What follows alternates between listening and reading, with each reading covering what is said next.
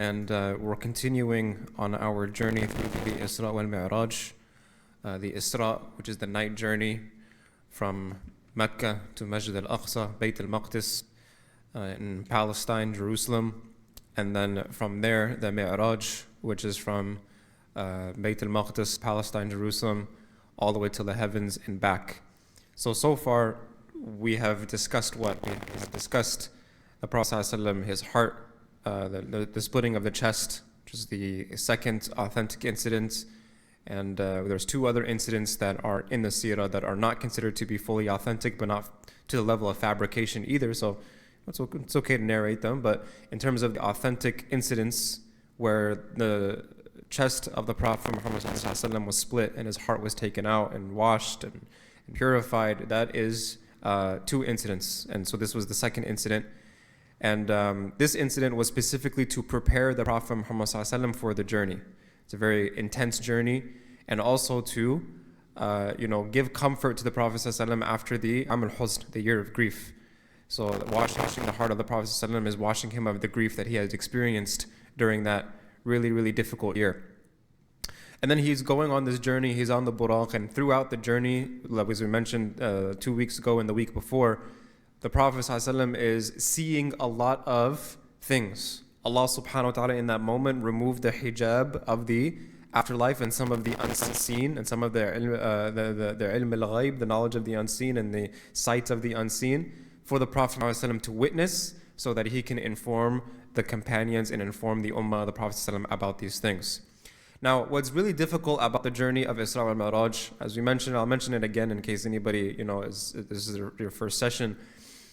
What's very difficult about the journey of Isra wal Mi'raj is that there's dozens of narrations about the Isra wal Mi'raj, all with different details. So it's very hard to put the pieces together in the puzzle. And they're not contradictory details, but the Prophet ﷺ sat the companions down and he told them the entire journey from start to finish. So some companions clinged on to certain details while other companions may have not. So now you have dozens of narrations, dozens of authentic narrations that talk about the journey of Isra wal Mi'raj, and so you kind of have to piece together this large puzzle.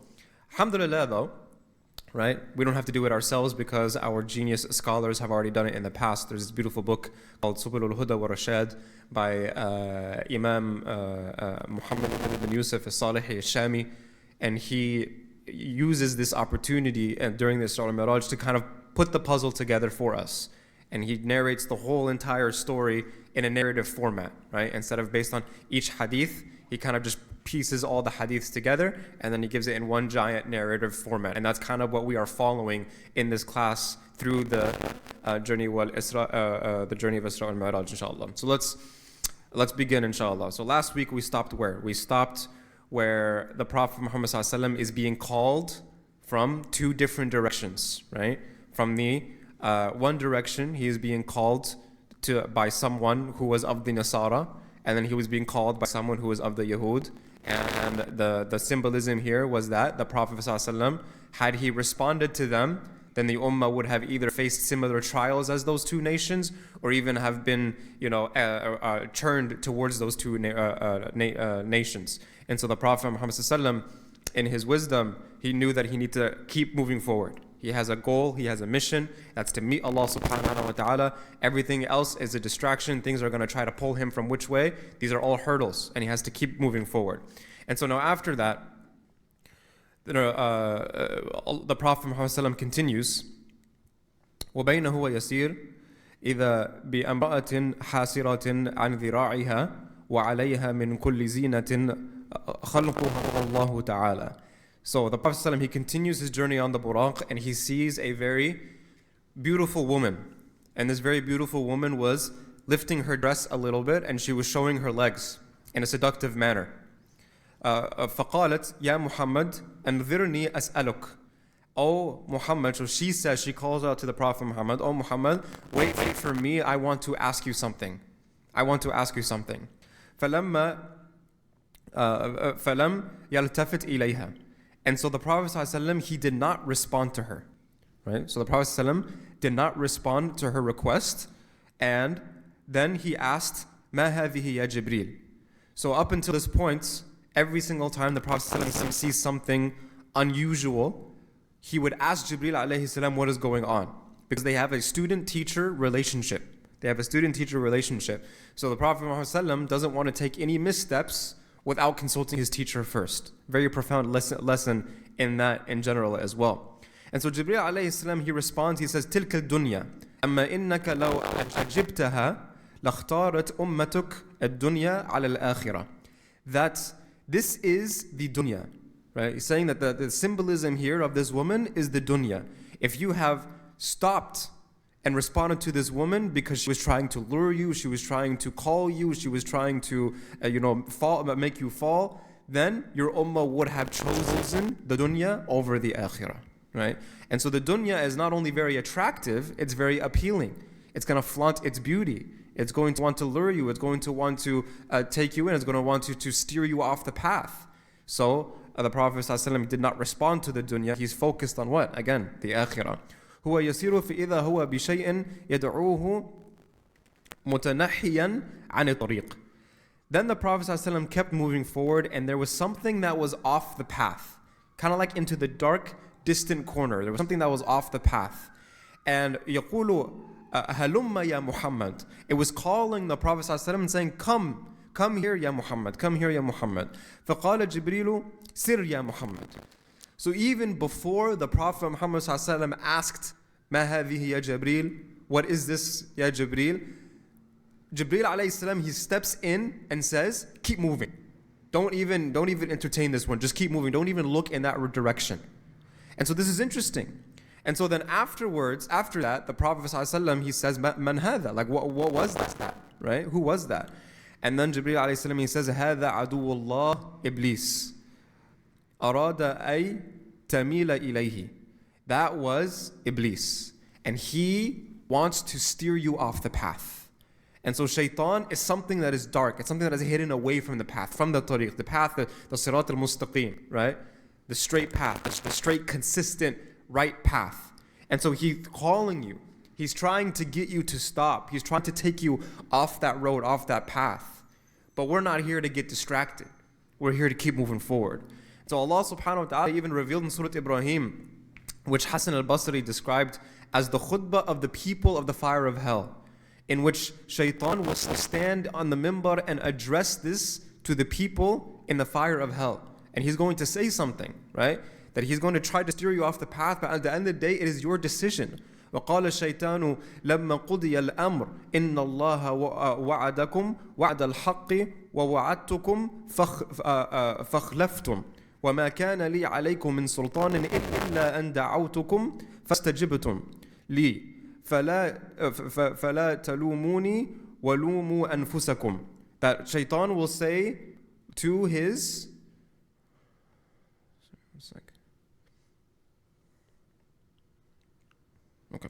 shaitan will say to his followers in the hellfire that after the judgment has been passed, indeed Allah has made you a true promise, and I too made you a promise, but I failed you, and I did not have any authority over you, and I only called you, and you responded to me. So do not blame me, blame yourselves. ما أنا بمصرخكم وما أنتم بمصرخي. I cannot save you, and you cannot save me. إني كفرت بما أشركتموني min qabl, and that I denounce your previous association of me with Allah subhanahu wa ta'ala in loyalty. إني كفرت بما أشركتموني من قبل إن الظالمين لهم عذاب أليم. And surely the wrongdoers will suffer a painful punishment. Right? So Allah subhanahu wa ta'ala is saying here that Allah promised you something, right? And then shaitan is saying that Allah promised you something, and I promised you something as well. But I lied to you. I had no control over you. I did not make you do anything. I just simply called to you. I tried to veer you off the path. I tried to tell you to go a direction you shouldn't go, and you listened to me. You answered me. So don't blame me, blame yourselves. I can't help you, you can't help me on this day, and we're completely dissociated with what you people did. Your actions are your own. You have to own up to your own actions. And so this teaches what? That shaitan, right? He cannot physically himself grab you and pull you off the path, right? We can't blame our sins on shaitan. Sometimes that happens, right? Sometimes when we fall into sin, people say, oh, shaitan made me do it. Did he? Really? That bottle of alcohol was on the table and you felt like your hand was moving towards it without your control? Like, no, that didn't happen, right? You had control. You had control over over it in that moment, or whatever the sin might be. So it is we who make the conscious decision to come off the path and get sidetracked. And we make that decision. We undertake those actions. And that's why the advice of Jibreel alayhi salam to the Prophet was what? Don't even look there. Don't even waste your time there. Don't even inquire about there. Like all the other things before, Prophet ﷺ was inquiring about them. Ma hadhihi ya Jibreel? What is this ya Jibreel? What is this ya Jibreel? Man hadhihi ya Jibreel? Who is this ya Jibreel? Who is this ya Jibreel? But this one he was like, don't even entertain it. Just go. Just keep moving. Just keep moving. Right? Keep pushing forward. وصار فإذا هو بعجوز على جانب الطريق فقالت يا محمد انظرني أسألك.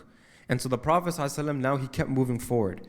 And he passed by a very old, decrepit woman on the side of the road who told the Prophet ﷺ, oh Muhammad, wait for me, I want to ask you something. فَلَمْ يَلْتَفِتْ إِلَيْهَا. And so the Prophet ﷺ, he did not respond to this older woman.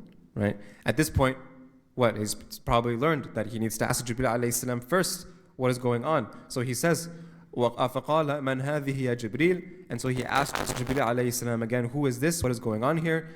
And he says, قَالَ إِنَّهُ لَمْ يَبْقَ مِنَ الدُّنْيَا إِلَّا مَا يَبْقِيَ مِنْ عُمْرِ هَذِهِ الْعَجُوزِ. So very, very fascinating. That Jibreel alayhi salam, he said that the amount of time that is left of this dunya is the amount of age that this old woman has left. Okay? So very, very deep symbolism here. There's been a lot of symbolism in this journey. The Prophet ﷺ is taking this journey in body and soul, and he's going to Masjid al-Aqsa and all the way to the heavens. And throughout this whole journey, there's a lot of scenes that he's seeing and a lot of hijabs that are being lifted in order for the Prophet ﷺ to see into the unseen world, and a lot of manifestations of very symbolic things. And so here's the material temptation of this world, the way that it's presented, the way that shaitan is presented, and the way that time left in this world is presented. There's only one thing in life that's certain, right? What's that? It's death. But even in that certainty, it's uncertain in the sense that we don't know when we're going to die. We know that we're going to die, but we're not certain when we will die. So in that, we should always be ready for that. Treat it as if it is the old woman who has a very, very few years left. And so the second thing here is that you have to appreciate the approach that's being presented here. The solution and the remedy and how to handle these things. All these things are things that we struggle with. Material temptation, shaitan trying to steer us away from the path, not realizing how little time we have left in this world. These are all things that every human being struggles with. And so there's a very simple solution to this. The beauty of our deen is that it's very simple. There's not some secret remedy. There's not some secret dhikr or some secret ritual that you have to do to remedy yourself from this. The secret is clear. It's exactly what Jibreel alayhi salam and Prophet are doing, which is what? Don't pay attention and keep moving forward. And look the other way. Whether it be the temptation of the dunya, whether it be shaitan and his salesmanship, or whether it be the amount of time and duration that we have left to capitalize on this world, the solution that was presented to the Prophet Muhammad ﷺ is a simplistic solution. That's the nature of our deen. We have very complicated problems in life, but a lot of times the most complex problems have the most simplest solutions. And that very simple solution is being presented here to just keep looking forward and keep moving forward, keep pushing on. When you have that objective, when you have that goal in front of you, you work towards it. You can read a lot of those self-help books, or talk to business people, or life coaches, or read psychology and study all of these things. And what all of them, they basically tell you one thing, is that obstacles and distractions are a natural part of life. Everybody's going to be hit with obstacles and distractions, hurdles. And any time you set a goal or target for yourself, the way to succeed and the way to overcome is to keep your eyes on that prize and to keep pushing forward. So when a hurdle appears, you jump over the hurdle. You don't stop all of a sudden. Just like in track and field. You know the track and field race called like hurdles? Right? Anybody done track and field in high school? Anybody do hurdles in high school? I did a little bit of hurdles, right? But like you're running towards a hurdle. What's your thought in that process? Is your thought in that process, ooh, look at how pretty the hurdle is. Let me stop and examine the hurdle, how tall it is, how wide it is, what color it is, and what's it made of? Is it made of wood, or is it made of steel, or is it made of plastic? Let me measure the hurdle. How was it made? No, you don't do that. What do? I know there's a hurdle coming. I just got to jump right over it. All that other stuff is a distraction. I have to keep my eyes on the finish line. Any hurdle that comes my way, just jump right over it. When you approach that hurdle, you just continue to that finish line. And so when the Prophet ﷺ approaches a hurdle during this journey of Isra wal Mi'raj, he braces himself to jump that hurdle. Right? And he's focused on the prize. And what's the prize? The Prophet ﷺ, what is happening on this night? The objective of this night is one thing. The Prophet ﷺ, the objective for him, Jibreel alayhi salam, needs to take the Prophet Muhammad ﷺ to meet who? Allah subhanahu wa ta'ala. And to talk directly to Allah subhanahu wa ta'ala. So why is the Prophet ﷺ being faced with all these things? Why is he seeing all these things? Aside from the obvious answer of to tell the ummah and to tell his companions, but this all seems unnecessary. Why does it have to happen on this journey? Why can't it happen another night? Why can't it just happen in a dream, or just be told to him, or just in another moment? It all seems like clutter. And on top of that, why is it being communicated to us by the Prophet ﷺ? In this whole journey, there's a profound lesson. Not just understanding the meaning with Allah. Every step of the journey is profound. That in our journey in reaching Allah subhanahu wa ta'ala, which is all our goal and objective, we all want to be in the same shoes as the Prophet ﷺ, talking directly to Allah subhanahu wa ta'ala. May Allah subhanahu wa ta'ala make us amongst them. Ameen. And so that's our goal. That's our objective. And so just as the goal of the Prophet ﷺ's journey was to reach Allah, these obstacles and hurdles were being presented to the Prophet. And we will also face obstacles and hurdles. We have to overcome them. We have to get by them. We have to keep moving forward. And we all know the status of the Prophet Muhammad ﷺ, the last messenger, the imam of all the prophets of the past, as we're going to see later on what that means. And so the Prophet is the most knowledgeable human being that has ever walked the face of earth. And he is the most beloved creation of Allah. He is the most honorable and dignified human being that has ever lived. But the Prophet did something very specific here. He would turn to Jibreel and ask of the sights, who is she? What is that? Who is he? What's going on over there? What is this? Explain to me this. Now this worked the other way as well. That one time Jibreel alayhi salam, Hadith Jibreel, he comes to the Prophet ﷺ and he asks him, أخبرني عن الإسلام, أخبرني عن الإيمان, أخبرني عن الإحسان, أخبرني عن الساعة, right? And that he's asking him, Jibreel alayhi salam asks the Prophet ﷺ questions in some incidents too. But what's beautiful here, what this is supposed to tell us, that even the Prophet ﷺ, being the most noble and dignified human being, sometimes he does not have the answers to all the problems. And so in order for him to have answers to some of these problems in the situations that he's faced with, he has to seek answers. And that's okay. You and I might not have answers to all our problems. You and I might not have answers to all the situations that we face. So we have to seek those answers. No one is supposed to have all the answers, so that's why we're supposed to have a community. Because everybody's going to have a different expertise. Everybody's going to have a different opinion. Everybody's going to have a different perspective. Everybody's going to have a different experience that all of us can learn from. There's nothing wrong with that. And so only Allah subhanahu wa ta'ala has all the answers. But you need to understand that when you need help, when you don't understand something, or when you feel uncertain about something, or when you feel unsure about something, don't be afraid to ask and get some help. And if you don't know, then ask the people that do know, right? And this is that Quranic maxim, that Quranic, principle. فَاسْأَلُوا أَهْلِ الذِّكْرِ إِن كُنتُمْ لَا تَعْلَمُونَ. Ask the people of knowledge in the case you do not know. And this is something that is presented within the Quran. That any time you're faced with any set of circumstances and you're not completely sure what you're dealing with, ask. And our first place to turn to is to ask Allah and His Messenger. And that's why it's so important for us to study. So important for us to have teachers of the Quran and the Seerah and the Sunnah, because this is where we'll find the answer, right? And even beyond that, when it comes to understanding the Quran and the Seerah at a deeper level, we sit with those people of knowledge and we seek the answers to our problems. And so by this point in time, the Prophet ﷺ has been teaching and preaching for how many years? If anybody's been following, how many years has the Prophet ﷺ been preaching the message of Islam now? 12 years. Good. Yes, 12 years. And he already knows that temptation will be presented to you. right?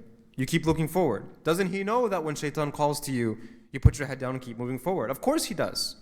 He knows this already. But this is demonstrated for us so that we can learn that if I don't know what I'm doing in a situation, don't be afraid to ask and seek out the answers.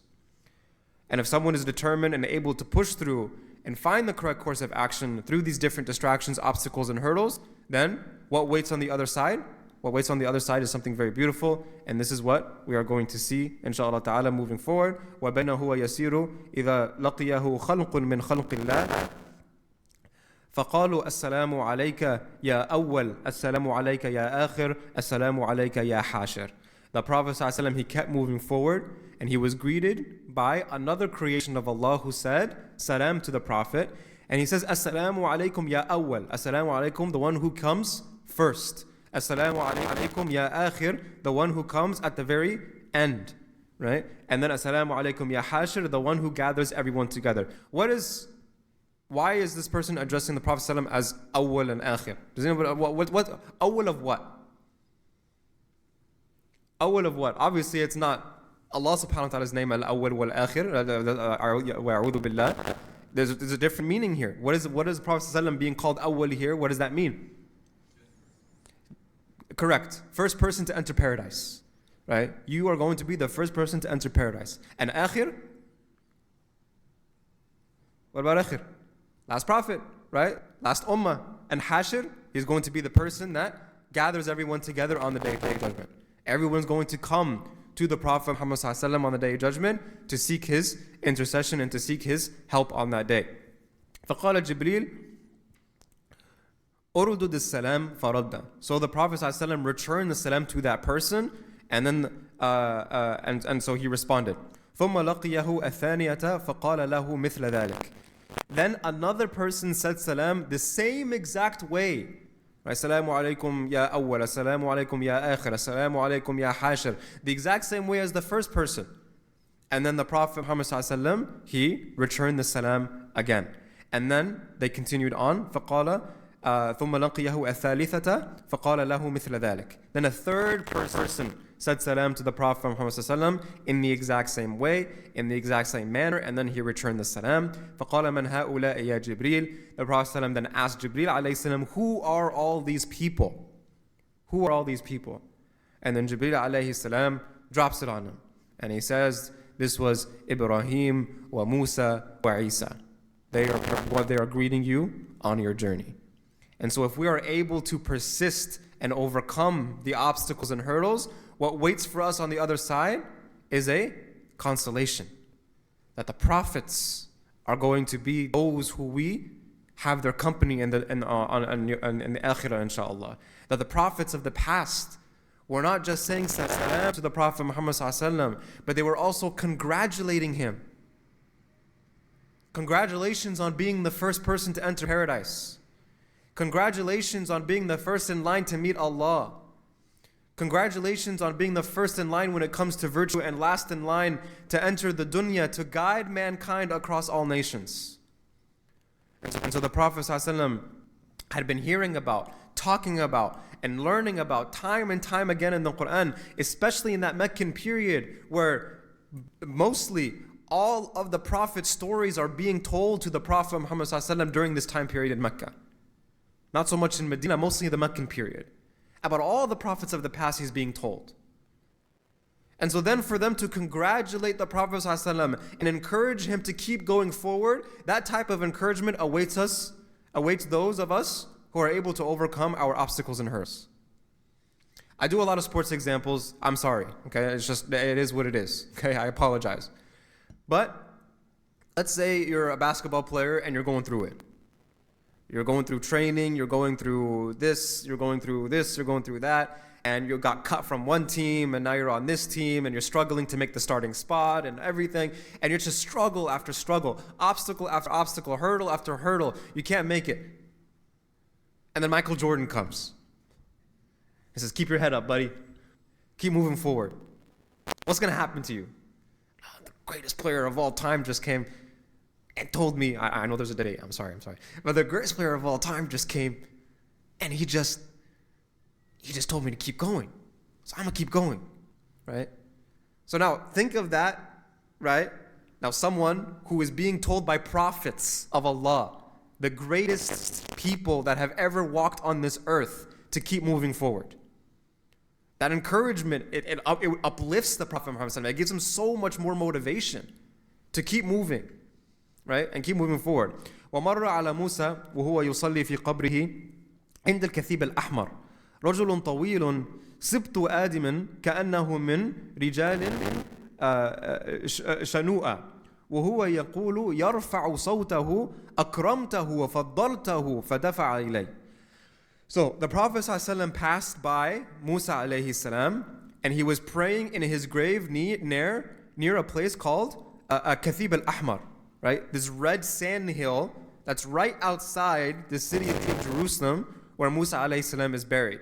Now we don't know the exact location of where, but that general area, if you ever go to Jerusalem, you can just ask any of the locals there, where are the red sand hills, they'll direct you there. That general area is where Musa alayhi salam is buried. But we don't know the exact pinpoint location, right? And so he says that Musa alayhi salam was very tall. And he had long flowing straight hair. And he described Musa alayhi salam to the Sahaba. He's like, Musa alayhi salam was like the men of Shanu'a. Shanu'a was a Yemeni tribe of men, or Yemeni tribe of people who were known to be of a much darker complexion, but were also known to be very handsome and good character. So their tribe was known for that. That tribe was known to have very handsome physical features and being very just and righteous and good character people. And so what's interesting too, though, is Prophet ﷺ is saying what? يَرْفَعُ صَوْتَهُ أَكْرَمْتَهُ وَفَضَّلْتَهُ. Musa alayhi salam is praying loudly to Allah subhanahu wa ta'ala. And this is a very key detail, loudly. يَرْفَعُ صَوْتَهُ. He's almost yelling. And he's saying, you have given this man such great virtue. You have given this man such great nobility. Now pause. It's narrated that Musa alayhi salam learned of the ummah of the Prophet Muhammad when he was speaking to Allah on Mount Tur, on Jabal al-Tur, when he was there for 40 days. That Allah subhanahu wa ta'ala told Musa alayhi salam about people who will come afterwards. And he would describe them as saying, they will not have knowledge, but I will give them knowledge from my knowledge. And Allah told Musa alayhi salam, they will not have patience and forbearance, but I will give them patience and forbearance from my patience and forbearance. And so Musa alayhi salam, he responds, says, Ya Allah, these people sound like very amazing people. These sound like very great people. And Allah subhanahu wa ta'ala said, they will also commit so many sins. This is important for us to hear right here. Because he's talking about us, the ummah of the Prophet ﷺ. They will commit so many sins, but they will turn back to me and make tawbah. And I will not only forgive them for their sins, but I will turn all their sins into good deeds. If you guys remember last week, we talked a lot about the punishments of the afterlife. It was a very heavy, dark week, so I apologize if it was your first session, right? It's a very heavy week that we were talking about last week. And so now we're seeing a consolation here. That how do we make up and atone for the sins that we commit? Even some of us might commit the sins that we talked about last week. And obviously it doesn't make us proud, and we have that doubt, or we have that regret. And as long as you have that regret, Prophet ﷺ said, as long as you have the regret, then your tawbah is accepted. Keep that regret is a sign of a live heart. You should start worrying when you're committing a sin and you don't have any regret. That's when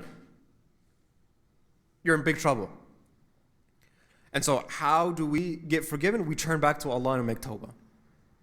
And then Allah subhanahu wa ta'ala told Musa alayhi salam that I will not only forgive them for their sins, but I will turn all their sins into good deeds. And Musa alayhi salam is saying, oh Allah, who are these people? They sound like amazing people. Right? You also have to remember the tribe that Musa alayhi salam was dealing with, right? Then Allah subhanahu wa ta'ala said that when they make the intention to do a good deed, I will give them a good deed. And if they do that good deed, I will give them 10 times the reward of the good deed. If they make the intention to commit a sin, I will not write down a sin for them unless they actually commit the sin.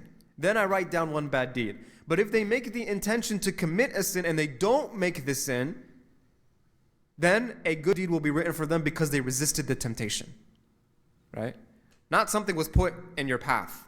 right? Like you're going on to commit a sin and then something obstructed your path to commit that sin, and now you're disappointed that you couldn't commit that sin. You won't get the sin, but you also won't get rewarded for that either. What is being mentioned here is that when you're being tempted towards a sin, and then you snap out of it and you're like, no, what am I doing? No, I got to resist this for the sake of Allah subhanahu wa ta'ala. That will be rewarded. Now Musa alayhi salam said, Ya Allah, give these people to me.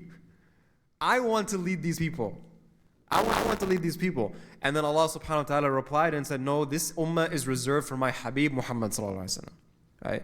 So Musa alayhi salam asked, is it possible for me to be among these people? If I can't lead these people, I'll revoke my citizenship as prophet and I'll go, join that ummah instead.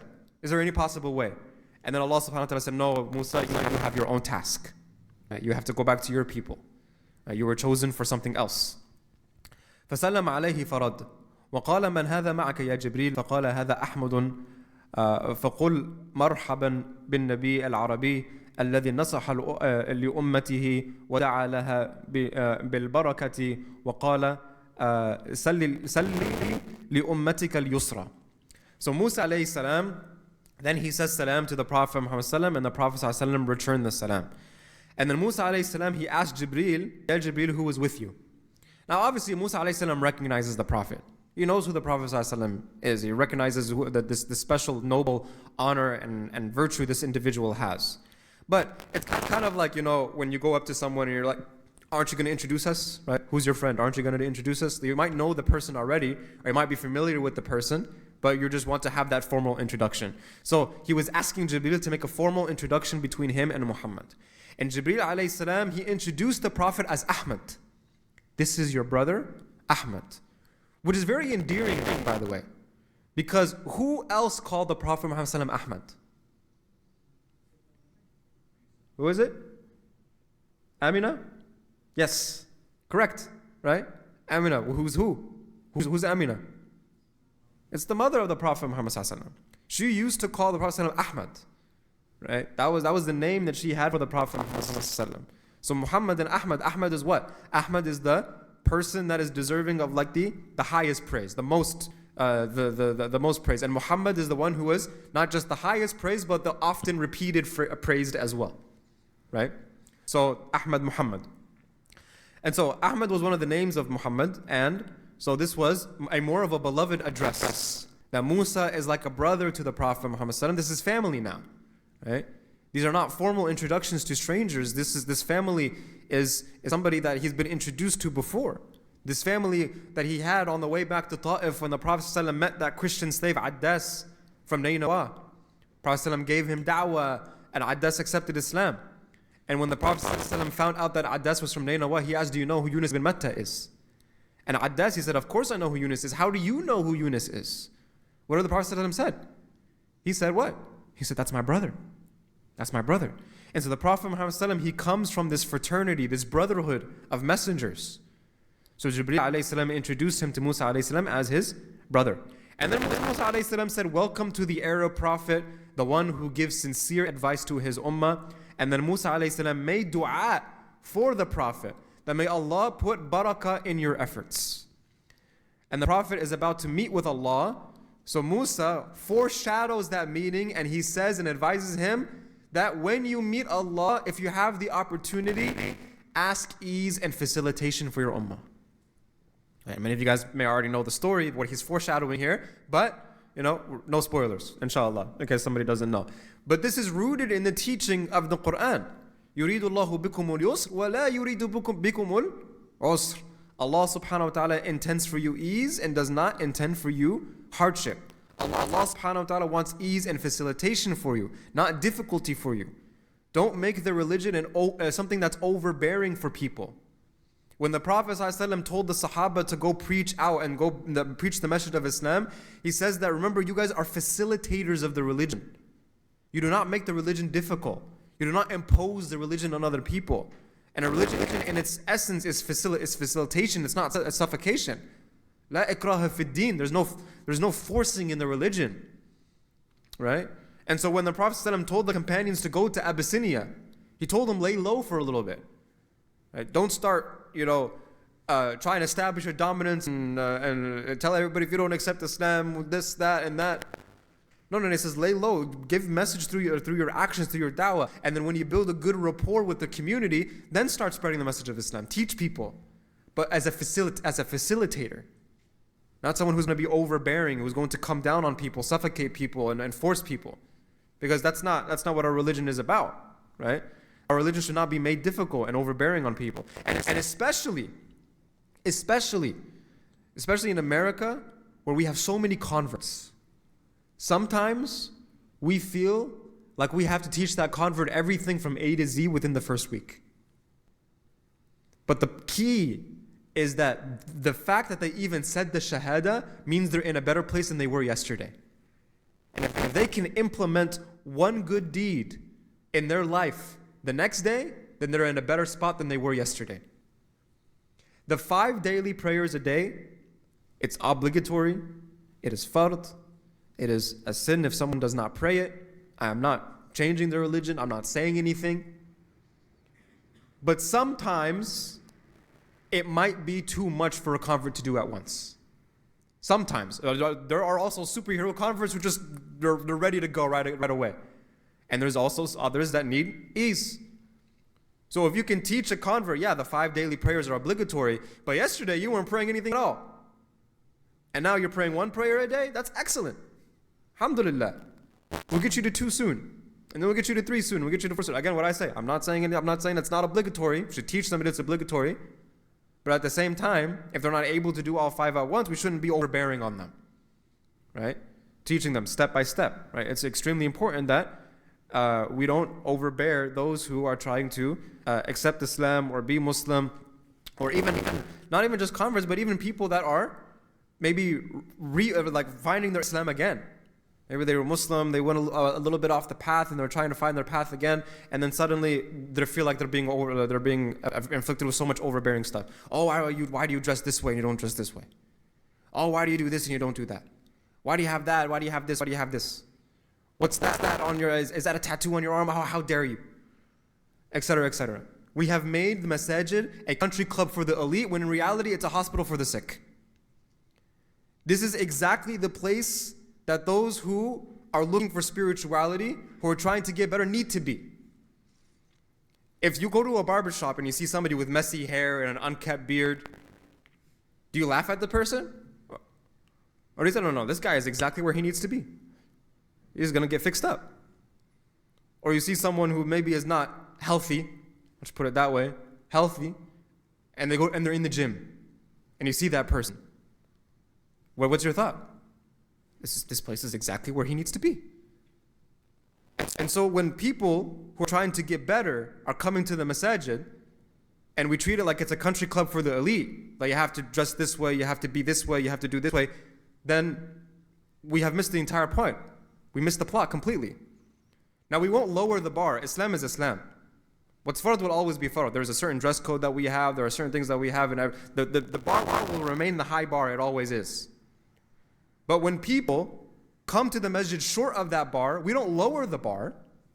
We'll never lower the bar, but we help people reach that bar. Like somebody who gets sick in a hospital. Again, the same analogy. We don't just make that sickness the new normal. No, the doctor's going to do everything they can to make them get better, to help them get better. But it happens through a process. Again, so what I say? The masjid is not a country club for the elite. It is a hospital for the sick, and we have to treat it that way. And Allah subhanahu wa ta'ala then He reveals in Surah Taha as well, مَا أَنزَلْنَا عَلَيْكَ الْقُرْآنَ لِتَشْقَى, that we did not send this Qur'an upon you to ruin your life and make your life difficult. We have not sent down that Qur'an so that you may be distressed. There's a mafhum mukhalafa here. Mafhum mukhalafa in the Arabic language is usually referred to in fiqh as an Islamic concept that means divergent meaning or opposite meaning. Which means that there's an implicit meaning behind the hadith or the verse. That it can indicate an opposite of an unpronounced ruling. It's something that's not pronounced, but based on the verse or based on the hadith, it can be implied. And so when there's a mafhum mukhalafa here, if Allah subhanahu wa ta'ala did not send down the Qur'an to cause us distress, then why was the Qur'an sent down? So that we may thrive. so that we may blossom, that it will flourish our hearts. It will allow us to flourish as individuals, as families, as communities, as societies, as an ummah. Anyways, they kept going, they kept moving forward. فَصَارُوا فَقَالِ يَا جِبْرِيلَ مَنْ هَذَا قَالَ هَذَا مُوسَى ibn Imran. So then Prophet ﷺ asked who was this, and Jibreel ﷺ said that was Musa, the son of Imran. قَالَ وَمَنْ يُعَاتِبُ قَالَ يُعَاتِبُ رَبَّهُ قَالَ أَوْ يَرْفَعُ صَوْتَهُ عَلَى رَبِّهِ. So this is very fascinating. Remember what I was talking about earlier. Musa ﷺ was what? He was raising his voice and calling out to Allah subhanahu wa ta'ala. It's like, oh, what nobility you've given to the Prophet ﷺ, what virtue you've given to the Prophet Muhammad ﷺ. So the Prophet ﷺ asked Jibreel ﷺ, who was he yelling at? Like he was ya'tab, like he was yelling at someone. And so the disposition of Musa ﷺ as well, what we know is he's someone who is kind of like a very imposing individual, a very imposing man, right? Very large, very imposing man, has a very loud voice as well.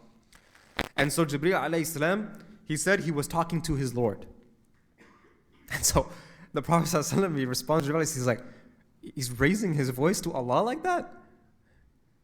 What do you mean? And so Jibreel ﷺ, he explains, he says, إِنَّ اللَّهَ تَعَالَى قَدْ عَرَفَ لَهُ حَدَّتَهُ. SubhanAllah, this is so beautiful. Allah has given Musa the recognition of his status, that he's a slave of Allah. But this is how his natural and organic relationship is with Allah. And so what we understand, that all of us as slaves of Allah, we are in humble positions in front of Allah, but that does not mean that we can't have a real, raw relationship with Allah. Through crying, through pain, through happiness and difficulty. Sometimes we are too formal with the way that we talk to Allah subhanahu wa ta'ala. I gotta lay out the musalla, I gotta dress a certain way, I gotta put the kufi on, right? I gotta make sure everything is No. Just the moment, right the moment, no matter what moment you're in, that you feel that need to call to Allah subhanahu wa ta'ala, call on Him right there. Keep that relationship real, right? And when we keep that relationship real and consistent, again, istiqamah is something that is going to be a frequent lesson in this journey of Isra wal Mi'raj. And keeping that consistency, that istiqamah, then our relationship with Allah will grow so much that we can be like Musa alayhi salam. When I'm angry about something, when I'm upset about something, I'm yelling to Allah, not at Allah. I'm not yelling at Allah, I'm yelling to Allah. I'm frustrated, so I'm expressing my frustration to Allah subhanahu wa ta'ala, not about Allah. Understand? Right? But what happens when we don't have that relationship, when we don't consistently make dua, we don't consistently talk to Allah subhanahu wa ta'ala, what happens? Ya Allah, I don't even know where to start. It's me again. Remember me? It's been a while. Right? So that's what happens. When you have an informal relationship with somebody, you meet somebody for the first time, you don't know what their demeanor is like, you don't know what they're like.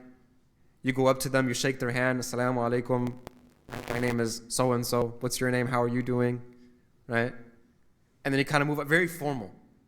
Versus when you see somebody that you've known for years. Hey, what's going on, Habibi? It's casual, it's not, it doesn't need to be so formal. And that feels a lot more real, a lot more close and personal than the formality. So what this is teaching us here is that, yeah, we're humble before Allah. Don't ever forget that. I'm not trying to say that. We are humble before Allah subhanahu wa ta'ala. We recognize our status as a slave of Allah subhanahu wa ta'ala. But we don't have to be formal in our conversation with Him.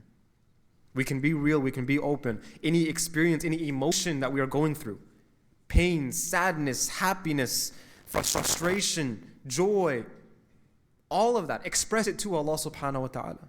Difficulty, express it to Allah subhanahu wa ta'ala. And then they said, the narration continues, or the story continues and says, they passed by a tree. And the fruits of the tree were very widespread. And the tree's branches were very widespread as well. And they reached far and wide. And the fruits were hanging very low from the tree. And sitting under the shade of the tree was a very elderly man and his family. And one narration says that this elderly man was standing and praying.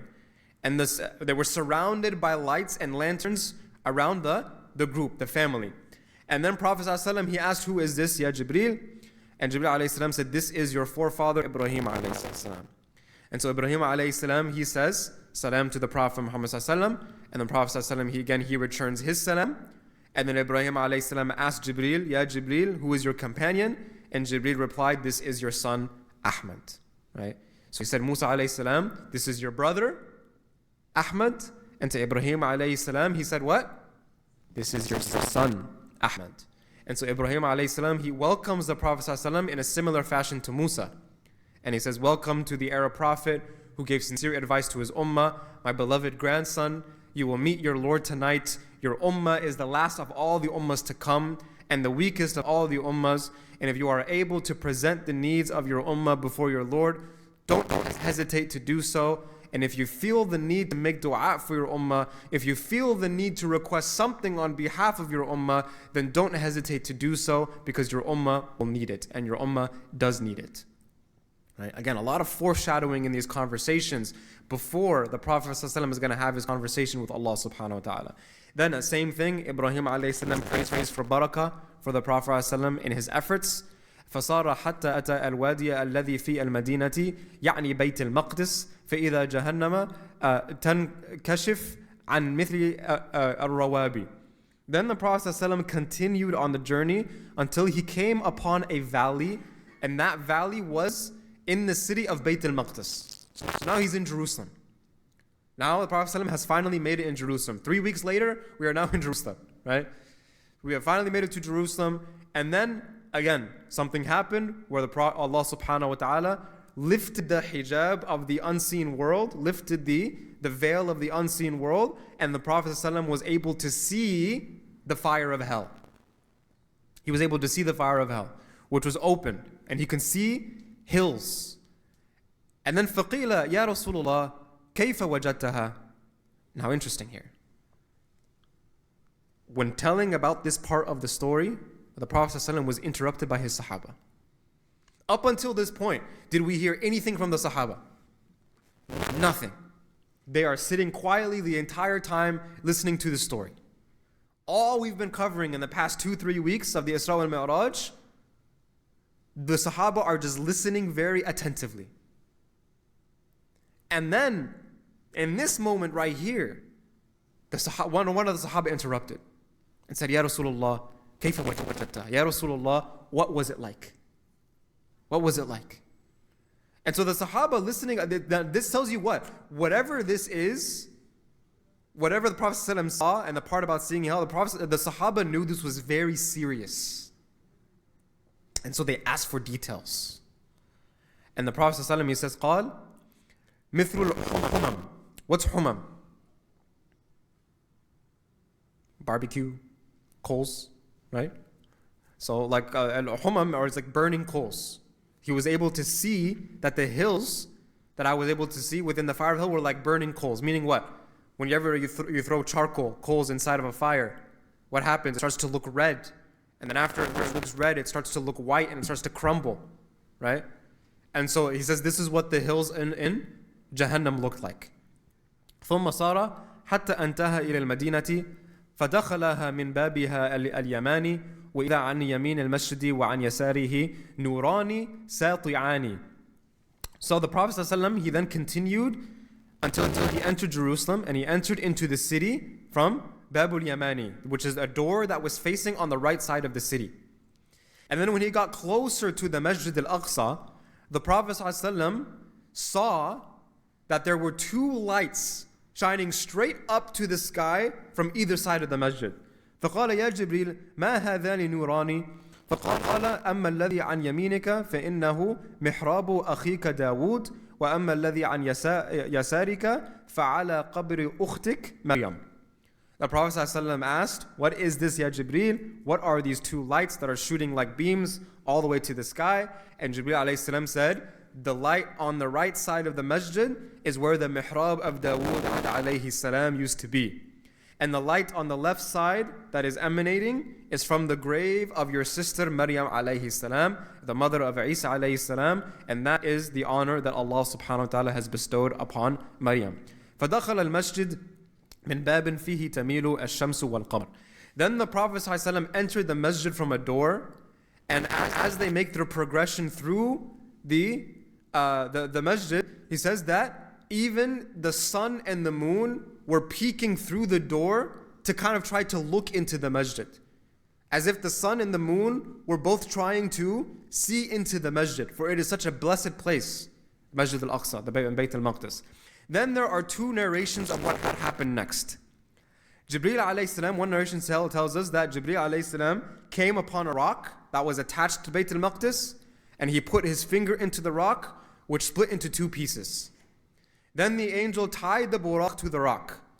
And there's a riwayah in Sahih Muslim, the narration was that Jibreel took the buraq and tied it to a ring that was on the outside of the Bayt al-Maqdis, and it was the same ring that all the previous prophets would tie their animals to when they visited Masjid al-Aqsa or Bayt al-Maqdis, right? Now real quick, here, I want to mention something very quickly, inshallah. Currently in Jerusalem, that Masjid al-Aqsa compound, that Bayt al-Maqdis compound with the Dome of the Rock and the Masjid al-Aqsa itself, okay? I don't want to burst people's bubble, but that structure dates back to the Ottoman period, right? That structure dates back to the Ottoman period. So it's not necessarily, and by the way, when I mention that, I mean that in a positive way.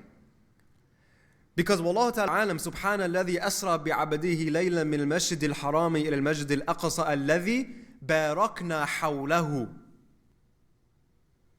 That glory be to the one who took his servant on the night journey from Mecca to Jerusalem to Masjid al-Aqsa, alladhi barakna hawlahu, an area that we have blessed its entire surroundings. So when I say that, if you ever have an opportunity to go to Jerusalem, may Allah subhanahu wa ta'ala allow us to and pray in Masjid al-Aqsa, and inshallah in a liberated Masjid al-Aqsa soon, Allahumma ameen. But if you ever get an opportunity to go to Masjid al-Aqsa, that compound isn't the only place that's blessed. The entire land is blessed. You understand what I'm saying? So when they say that, Masjid al-Aqsa, hadith Masjid al-Aqsa is what? 250 times, right? And Masjid al-Nabawi is 1,000 times for each prayer. And then Masjid al-Haram in Mecca is 100,000. So that 250 times, wallahu ta'ala alam, right? But it seems that it's not just limited to that structure. It's that whole land of Jerusalem, inshallah ta'ala, right? So it actually expands the blessedness of it, right? It actually expands the blessedness of it.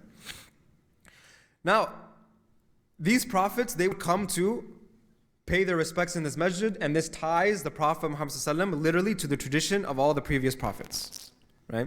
Now I mention that because if you ever go to Jerusalem, you might see there's this outpost, and some people will claim this is the post where the Prophet tied the buraq.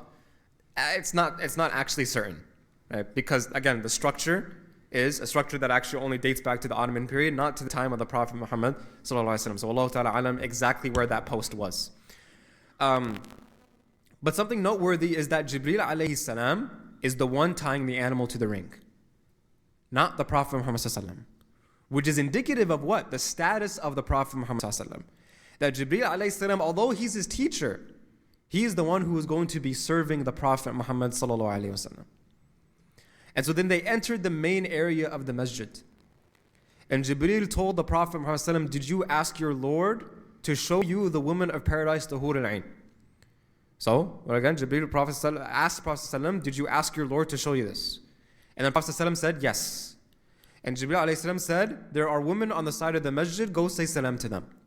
Then the Prophet went and said salam to the women who were sitting at the side of the masjid, and he asked, who are you? And the women responded and said, we are khayratul hisan. Fihinna khayratul hisan. In Surah Rahman, in the gardens will be noble, pleasant spouses for the people of Jannah. Good women of Jannah, right? The Hur al-Ain of Jannah, and says we are the women of men, of people who are very righteous. We seek out the company of men who are good, who are clean, who do not filthy themselves. There's two ways this can be interpreted, literally physically, meaning they keep themselves clean, and because cleanliness is half of faith. Prophet ﷺ told us this, cleanliness is half of faith, but also do not filthy themselves in sin, right? Their hearts and souls are not filthy as well. Their hearts and souls are clean and purified. And they stood firm before Allah subhanahu wa ta'ala and did not run away from tough situations. They did not run away when the going got tough. They remained firm. They remained consistent. They had istiqamah. And they have been given eternity and they will never die again. So then the Prophet ﷺ and Jibreel alayhi salam, they entered into the masjid and they prayed 2 rak'at, which is called what? Tahiyatul masjid, right? Which is a right of the masjid. Whenever you enter the masjid, you should try to pray 2 rak'at. This is sunnah of the Prophet Muhammad ﷺ, and it is sunnah, that is very emphasized as well. So inshallah ta'ala, let's practice on it whenever we enter into a masjid. Now they were not in the masjid for long before the masjid suddenly became flooded with people. And then the Prophet ﷺ, he looked around and he started recognizing the prophets of the past. Because he has been hearing their stories for 12 years. He has been studying their stories for 12 years. He's been teaching their stories for 12 years. He says, I know this person. Oh, that's Yusuf alayhi salam. That's Zakaria alayhi salam. That's Ayyub alayhi salam. I know these people. I recognize them. And some of them were in ruku', some of them were in sujood. They were all offering their tahiyyat al-masjid. Now when you come to the masjid before salah or after salah, everybody's doing their sunnahs and everybody's in a different position. It's just like that. Same thing. But this time it's a room full of prophets. They're all just praying on their own individual level. And they're all offering their tahiyyat al-masjid prayers. Then the adhan was called. And after the adhan, all the prophets stood up and looked around and they were asking who's going to lead the prayer. It's that awkward moment, right? Nobody knows who's going to lead the prayer. Usually it's because nobody is qualified, right? But this time, it's like everybody's qualified. So who's going to do it, right? And from here, there's 3 narrations. 3 different narrations. The first one is that Jibreel alayhi salam took the Prophet by his hand and took him forward to the front of the masjid. And then he instructed the Prophet ﷺ to lead all the prophets in 2 rak'at. That's one narration. Another narration, the second narration tells us the prophets argued amongst themselves. They were trying to encourage each other to lead. Oh, you lead. No, you lead. Until they reached the consensus that the person that should lead us is the Prophet Muhammad ﷺ, and he went and led the prayer. A third narration tells us that Jibreel alayhi salam called the adhan. And then the angels descended from the sky, and all the other prophets of the past were escorted by these angels into the masjid, and all these angels prayed as well. The Prophet ﷺ was instructed and appointed to lead. What's important is all 3 narrations agree, and there's no difference of opinion here, that it was the Prophet ﷺ who led the prayers at Bayt al-Maqdis. Which means that the Prophet Muhammad ﷺ led every single prophet in prayer in Masjid al-Aqsa. A very special, a very noble place, a very special and noble gathering, a very special and blessed prayer. And that is why he has the title Sayyid al-Mursaleen, the leader, the master of all the prophets, the king of kings. Right? And so, now after the Prophet ﷺ, and this is also why Masjid al-Aqsa is in the heart of every believer.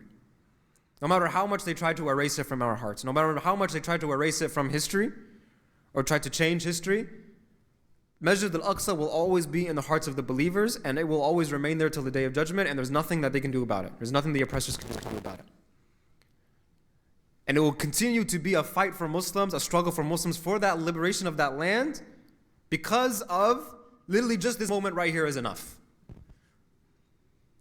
Again, every prophet is in this gathering, being led by the Prophet Muhammad ﷺ, which tells us multiple things. First of all, it tells us that, again, it confirms the notion that every prophet came and preached one message, the Tawheed, one Allah, submit to Allah, Islam. And we come from that lineage of prophets. And that also means that every prophet is our prophet. And why that's important? Because as much ghira, as much protective jealousy, as much anger we experience when anybody makes fun of the Prophet Muhammad ﷺ, anybody tries to make a cartoon out of him, a movie out of him, or disrespect him, whoever does that, like, they don't hear the end of it. The backlash comes hard. But when Family Guy and Simpsons and South Park like to make jokes about Isa alayhi salam and Musa alayhi salam and make fun of the prophet stories and things like that, and do we sit back and feel that same ghira? If not, we should ask ourselves why not. Weren't they part of the ummah of the Prophet Muhammad ﷺ too? In a sense? Weren't they carrying the same message? Weren't they our prophets too? So we have to reclaim that. Isa alayhi salam is our prophet. Musa alayhi salam is our prophet. Ibrahim alayhi salam, he is our prophet. All the way from Adam alayhi salam to the Prophet Muhammad sallallahu, all of them preach the same message. They're all our prophets, with the best and final of them being the Prophet Muhammad sallallahu. So we respect all, and we come to the defense of all. And so after the prayer, a sunnah of the Prophet sallallahu is that whenever he would finish leading the prayer, he would turn towards his congregation. So his force of habit, he's following his habit. So the Prophet sallallahu did the same situation. He did the same thing in this situation. And so Jibreel alayhi salam says, Ya Muhammad, do you know who just prayed behind you? The Prophet sallallahu he has some idea. He has some idea of what's going on here. But he tells Jibreel alayhi salam, please tell me. And so Jibreel alayhi salam says, every single prophet that Allah has ever sent is in this room right now. One narration in Musnad Imam Ahmad states that Allah subhanahu wa ta'ala sent over 125,000 prophets over time. So there's 125,000 prophets in Masjid al-Aqsa. You know what's crazy? Another narration in Musnad Imam Ahmad in the same chapter from Abu Hurairah radiallahu anhu says that it was 300,000 prophets. 300,000. Can you imagine how filled that masjid was? Right? And now obviously this is something of ilm al-ghayb, of the unseen. But as it stands today, the current structure of Masjid al-Aqsa and the Dome of the Rock and that compound can fit about 150,000, maybe 200,000 people if you really squeeze in. Which is why it makes sense that barakna hawlahu, that whole entire land is blessed.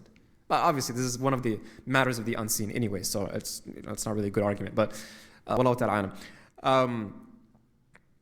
But can you just imagine how exciting and empowering it must have been for the Prophet ﷺ to see 300,000 people to come before him and commit to the same task as him and empower him. And in that moment, 300,000 is way more than even his own followers. At this point, he has a few hundred followers. And now he's seeing 300,000 followers and all of them are prophets. That feeling must have been just incredible. We'd be blown away to see 300,000 people in just one room. Get 300,000 Muslims in one room, we'd be blown away. We go to these ICNA conferences and we see 50,000 Muslims in one room and we're like, whoa. But 300,000 prophets in one room? It's unbelievable. It's so overwhelming. And it was such a fulfilling, satisfying occasion where the Prophet ﷺ did not need any vindication, and that the Prophet was now a pillar of conviction. He believed in the message that he was preaching, and now he believes in it in a way that is unimaginable. And that nevertheless, with all the difficulty and adversity that he was facing for so long, how gratifying and how fulfilling that must have been, that the people of Mecca can say whatever they want. The enemies of Islam can say what they want. But look at this. Every single prophet throughout history of mankind is gathered here together to congratulate me and to welcome me and to appreciate me. And in an authentic narration from the Musnad of Imam Hakim and the Sunan of Imam Bayhaqi, Abu Hurairah related that the Prophet ﷺ said that he met all of the souls of the prophets, and after all the prophets were led in prayer by the Prophet Muhammad ﷺ, they began to speak and glorify the praises of Allah subhanahu wa ta'ala one by one. Kind of like a post-salah khatira, reflection, reminder. Again, when we go to these conferences, why? And you go to a Qalam conference, a Miftah conference, an Iqna conference, a Yaqeen conference, because they're bringing all these great scholars and speakers in one area. And you're like, oh man, I don't know when the next time I'm going to be able to see all these scholars in one area, so let's go. Everybody makes a day out of it. Some people even travel for it. Some people even takes flights for it, book hotel rooms for it, just for a weekend or even a one-day thing. But this is a conference of Anbiya. A conference of Anbiya right here that's happening. And so these were reminders that were given by prophets to prophets. And so now what happens? A few of the prophets step up and they start speaking. Ibrahim alayhi salam spoke first. He says that the ultimate praise is for Allah, who took me as his best friend and he granted me a very vast kingdom. and He made me a nation that is subservient to Him. I was followed by mankind, and He saved me and protected me from the fire, which was lit as a punishment for him after he destroyed the idols, and He made it cool and peaceful for me. Now, ummah typically means nation, but here it means being a leader of people and being a teacher of good example to people. But what's also interesting, we're coming up on Dhul Hijjah. Some of you guys are going to go to Hajj, may Allah subhanahu wa ta'ala accept.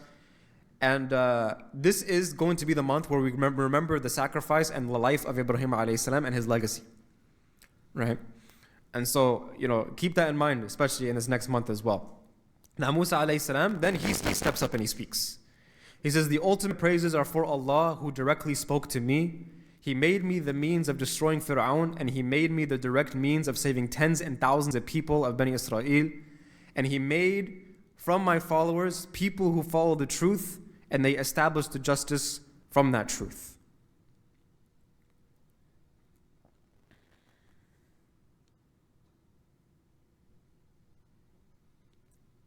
May Allah subhanahu wa ta'ala give victory to those who are resisting the current pharaonic genocidal Israeli regime, and give them victory just like Musa alayhi salam and the Muslims were given victory against Fir'aun.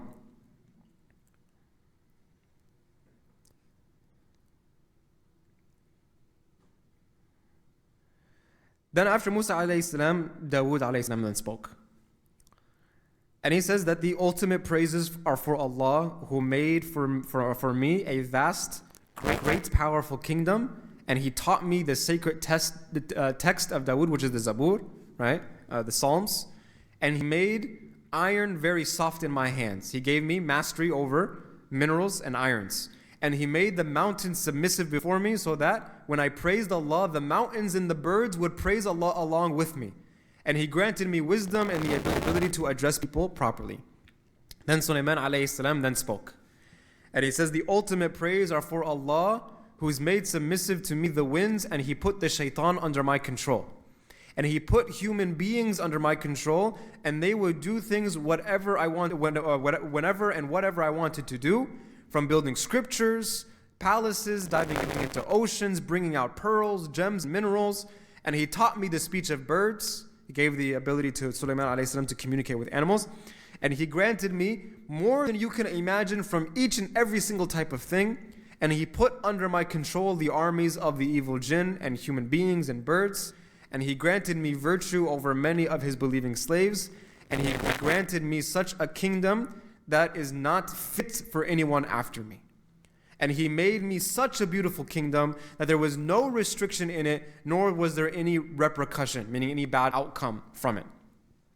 Then after Sulaiman alayhi salam, who steps up? It's Isa alayhi salam, he spoke. It says, the ultimate praises are for Allah who made me His word. Right? Kalimatullah, expression in the Quran, meaning Isa is the miraculous manifestation of the command of Allah. Kun fayakun. Right? The word of Allah subhanahu wa ta'ala is what created Isa alayhi salam. And He made my example, the example of Adam, just like Adam was given life miraculously from no father and mother, Isa alayhi salam was also given birth miraculously with no father, right? But had a mother, Maryam alayhi salam. And Allah taught me the book, Injil, and wisdom, and He made me such so that I was able to cure someone who was born blind, and I am able to cure the leper, I am able to revive the dead, all by the command of Allah. And He elevated me, and He raised me, and He purified me, and Allah subhanahu wa ta'ala protected me and my mother from shaitan, who was dejected, and shaitan never had any access to us. And so some scholars, they say that book and wisdom, kitab wa hikmah, and here what is meant by this is similar to the case of the Prophet Muhammad sallallahu alaihi wasallam, in terms of the divine revelation was the Injil, and the wisdom was how to live by that book, right? Like the Sunan of Isa alayhi salam. And other scholars say that Al-Kitab refers to the Torah, and the Hikmah refers to the Injil, right? And many different prophets spoke up in this manner. And then finally, the Prophet Muhammad sallallahu alaihi wasallam spoke. And he says, each and every single one of you has praised his Lord, and now I will praise my Lord. The ultimate praises are for Allah, who has sent me as a mercy for all mankind. He made me for all of mankind a deliverer of good news, a congratulator of mankind, and a warner to all mankind. And He revealed the distinguisher between right and wrong that clearly defines and explains everything in the Quran. And He made my followers the best of all nations, and followers who are brought out for the benefit of mankind. And He made my nation a nation of wasat, a balanced people. And He made my followers the first to enter paradise and the last to come into this world. And He expanded and opened my chest, and He gave me clarity and confidence, and He removed my burdens from me. He lightened my load and supported me, and He elevated my name. وَرَفَعْنَا لَكَ ذِكْرَكَ. And He made it so that whenever a believer mentions my name, they will say, Sallallahu alayhi wasallam.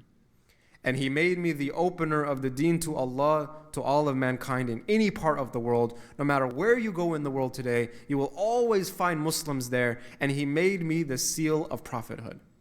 And Ibrahim alayhi salam then said, this is why Muhammad has the most virtue amongst us all. And this is why Allah has chosen him for this task. After all the difficulties that the Prophet ﷺ has been dealing with in Mecca, it must have been such a heart-lifting experience for him to lead all these prophets in prayer. And then to have Ibrahim alayhi salam, such a great man to whom the prophets looked up to this man. And the Prophet ﷺ himself looked up to Ibrahim alayhi salam now he's praising the Prophet Muhammad ﷺ. If you ever have someone that you look up to, a role model, a teacher, a parental figure, and you really want their praise, you really want their approval, and they praise you, that feeling is amazing. So Ibrahim alayhi salam was someone that the Prophet ﷺ looked up to as a father.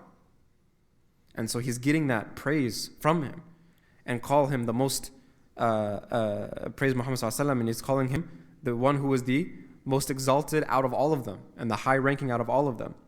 And now the prophets talk amongst themselves about the hour and the end of times and the day of judgment, and they all defer to Ibrahim alayhi salam. Why don't you tell us what you think? I promise I'm almost done, inshallah, and then we'll pause for Maghrib. And then Ibrahim alayhi salam said, I have no knowledge of when the day of judgment will occur. And the prophets, they turned to Musa alayhi salam, he said the same thing.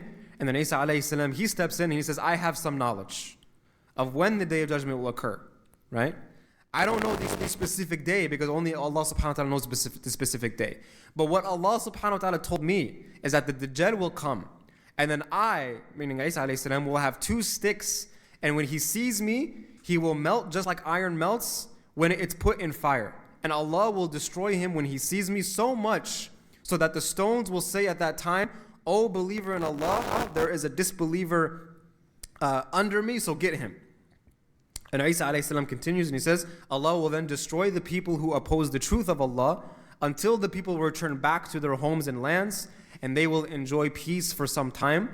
And then that is when the Ya'juj and Ma'juj will come out, and it's a creation of Allah that will be released upon the earth. And from every hill you will see them flowing down, and they will crush and crumble each and every part of the land. May Allah subhanahu wa ta'ala protect us. And whenever they come across any body of water, they will completely consume that entire body of water. And then the people will return back to me and complain to me about this creation ravaging the earth. And I will make dua to Allah against this creation. And another narration, that the believers will escape to mountains and live there, but they will grow weary and tired of living there. And they will run out of food and face a lot of hardship. And Isa alayhi salam will make dua, and Allah will destroy the creation of Ya'juj and Ma'juj with a disease. And then the entire earth will be covered with their dead bodies, and the earth will stink of them. And that is when Allah subhanahu wa ta'ala will send birds to come pick up those dead bodies and throw them into the ocean. And it will continuously rain for 40 days straight to completely cleanse the earth of their stench. And then Isa alayhi salam continues and says, my Lord told me that after all of this has happened, then the day of judgment will be like a pregnant female whose term has been completed. And now the family of the woman is just waiting. It's going to happen any moment now. Any moment now it's going to happen. And they're going to, it can happen any moment, morning or night. And so after this conversation, the Prophet Muhammad ﷺ, he sat in Bayt al-Maqdis, Masjid al-Aqsa, for a little bit longer. And we will stop here. because what happens next is his preparation for the Mi'raj. And so this is the perfect place to stop, inshaAllah ta'ala. With that being said, however, one quick announcement, inshaAllah.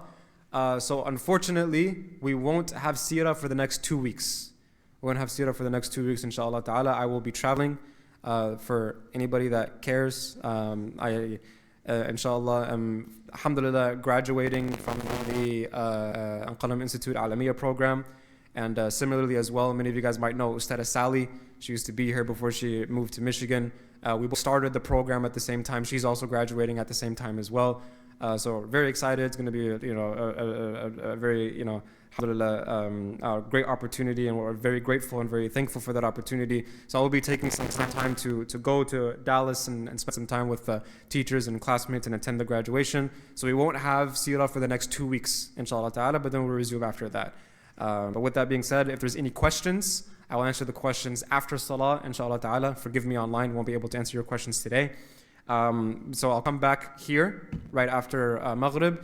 And for the brothers, if you can just allow the sisters to have priority for the questions, we'd really appreciate that as well. Jazakallah khair. Assalamu alaikum wa rahmatullahi wa barakatuh.